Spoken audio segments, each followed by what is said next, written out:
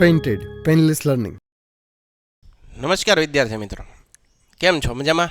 આજે આપણે ધોરણ 8 વિષય સામાજિક વિજ્ઞાન અને એનો પાઠ નંબર 14 આપત્તિ વ્યવસ્થાપન, જે તમારી સ્વ અધ્યયન પોથી છે એનું સોલ્યુશન લઈ અને તમારી સમક્ષ રજૂ થયા છીએ. એની અંદર પ્રશ્ન પહેલો પૂછ્યો છે. નીચે આપેલા પ્રશ્નના સાચો વિકલ્પ આપણે શોધીને લખવાનો છે. પ્રશ્ન પહેલો, નીચેનામાંથી કઈ આપત્તિની પૂર્વ આગાહી કરી શકાય? એટલે કે કોઈ આપત્તિ છે તો એની આગાહી કરી શકાય. તો વાવાઝોડું છે એની આગાહી આપણે કરી શકાય. બાકી જો ભૂકંપ છે, દાવાનળ છે, આ બધી એવી આપત્તિઓ છે કે એની તમે આગાહી કરી શકો નહીં. નીચેનામાંથી કઈ આપત્તિ માનવ સર્જિત આપત્તિ? તો કે ભાઈ દાવાનળ છે એ માનવ સર્જિત આપત્તિ છે, બરોબર છે. ભૂસ્ખલન માટે કઈ બાબત જવાબદાર નથી? તો વૃક્ષોમાંથી કુદરતી રીતે ઝરતો ગુંદર એ કઈ સ્તર માટે, ભૂસ્ખલન માટે એનો કારણ જવાબદાર નથી. નીચેનામાંથી કઈ આપત્તિની પૂર્વ આગાહી કરી શકાય નહીં? જ્વાળામુખીની આગાહી ન કરી શકો. ભૂસ્ખલનથી પ્રભાવિત વિસ્તાર પશ્ચિમ બંગાળમાં દાર્જિલિંગ, તો ગુજરાતની અંદર સાપુતારા. તીડથી અસર પામનાર મુખ્ય રાજ્યો અંતર્ગત નીચેનામાંથી કઈ જોડ સાચી છે? ગુજરાત અને રાજસ્થાન. તીડ આક્રમણની ઘટનામાં ગુજરાતમાં કયા જિલ્લાનો સમાવેશ થતો નથી? ડાંગ જિલ્લાનો. WHO પૂરું નામ મિત્રો વારે વારે એક્ઝામની અંદર પૂરા નામ પૂછાતા હોય.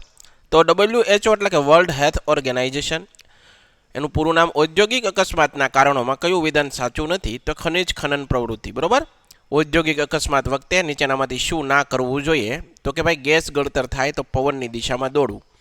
તીડ કઈ વનસ્પતિને નુકસાન પહોંચાડતું નથી? લીમડો. નીચેનામાંથી તીડ માટે કયું વિધાન લાગુ પડતું નથી? તે એકલા રહેવાનું પસંદ કરે છે. આ બિલકુલ વિધાન ખોટું છે, કારણ કે તીડ છે લાખોની સંખ્યામાં હારવાર ઝુંડમાં હોય છે.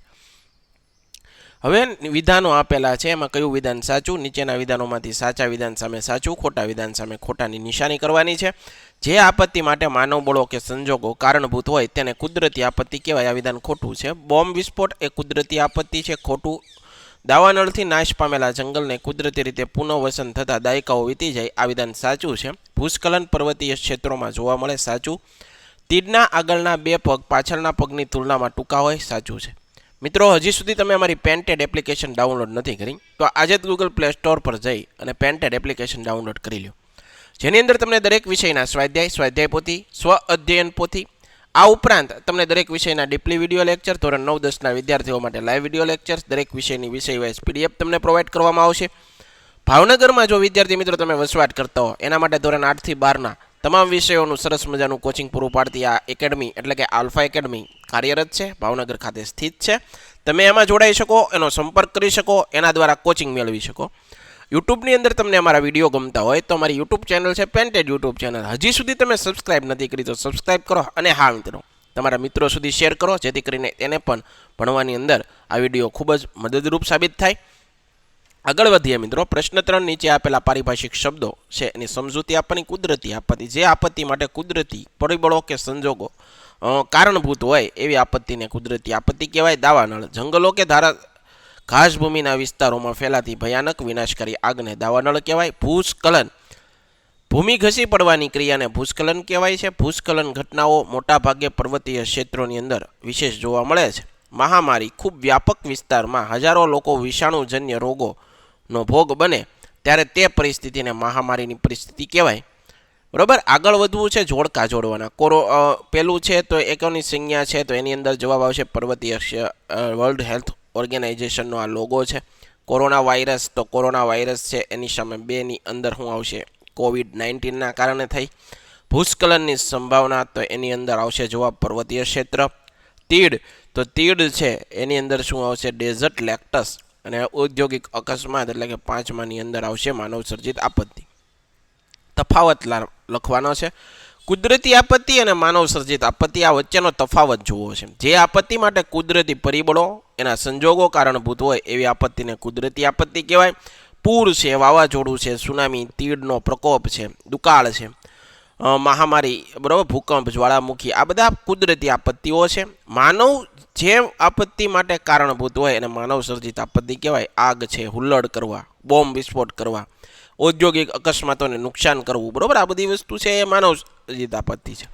નીચે આપેલા ભારત અને ગુજરાતના રેખાંકિત નકશામાં આપેલા વિગતો દર્શાવો. ભૂસ્ખલન પ્રભાવિત વિસ્તારો, તીડથી અસર પામનારા વિસ્તારો, તો એ આયા દર્શાવેલા છે. તમે આ નકશામાં દર્શાવવાનું કીધું છે. ઓકે, આગળ વધીએ.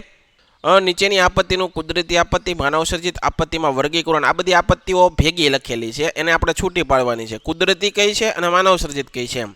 તો ભૂકંપ છે એ કુદરતી છે, ભૂસ્ખલન, સુનામી, જ્વાળામુખી, વાવાઝોડું, પૂર, તીડ, કરપોક આ બધી કુદરતી, જ્યારે આગ, હુલ્લડ, બોમ્બ વિસ્ફોટ, મહામારી આ બધી માનવસર્જિત છે. તમે અનુભવેલા કોઈ પણ એક મહામારી વિશે તમારા અનુભવ લખો. આપણા દેશમાં કોરોના રોગચાળો અચાનક વાવાઝોડાની જેમ આવ્યો, જેના કારણે આપણા દેશને ઘણું બધું નુકસાન થયું. કારણ કે ઘણા લોકો બહાર કામ કરી શકતા નહોતા, અથવા તો તે બધા લોકો જુદા જુદા દેશોમાં પોતાનું ગુજરાન ચલાવવા માટે પૈસા કમાતા હતા. તરત જ ભારતમાં બોલાવવામાં આવ્યા.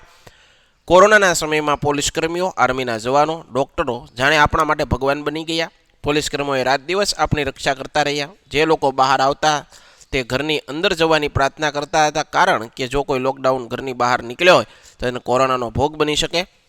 ડૉક્ટર દર્દી પાસેથી એમનો ઈલાજ કરાવતો હતો, તો એ ત્રણેય જણા અમારા માટે ભગવાન જેવા થઈ ગયા હતા. ધીરે ધીરે ભારત સરકારે કોરોના રસી માટે વ્યવસ્થા કરી. થોડા મહિનામાં 100 કરોડ લોકોને આ રસી મળી. ધીમે ધીમે ભારતમાંથી આ કોરોના જોવાનું શરૂ કર્યું. હવે ભારતમાંથી કોરોના સંપૂર્ણપણે જતો રહ્યો છે. ભોપાલ ગેસ દુર્ઘટના, કારણો અને તેની અસરો વિશે તમારા શબ્દોની અંદર તમે માહિતી આપો. ભોપાલ છે મધ્યપ્રદેશની અંદર, ભોપાલ ગેસ દુર્ઘટનાને 37 વર્ષ જેટલો સમય થઈ ગયો. 2-3 ડિસેમ્બર 1984ની રાતે આ દુર્ઘટના ઘટી હતી. ઘણા લોકોએ જીવો ગુમાવ્યા હતા. આખા ગામડાઓ આ યુનિયન કાર્બાઇડ નામના કેમિકલના પ્લાન્ટમાંથી નીકળતા ઝેરીલા ગેસના કારણે 24 કલાકમાં લગભગ 3000 લોકોના જીવ ગયા. બાદમાં હજારો લોકો અલગ અલગ રીતે શારીરિક રીતે ખોડખાપણના શિકાર થયા હતા. કેટલાક લોકોને ફેફસા સંબંધિત બીમારી, તો કેટલાકને જિંદગીભર વિકલાંગ થઈ ગયા. જે બાળકો ગર્ભમાં હતા તે પણ આ કેરથી બચી ન શક્યા. તો આવી આ દુર્ઘટનાઓ માનવસર્જિત દુર્ઘટનાઓ હોય.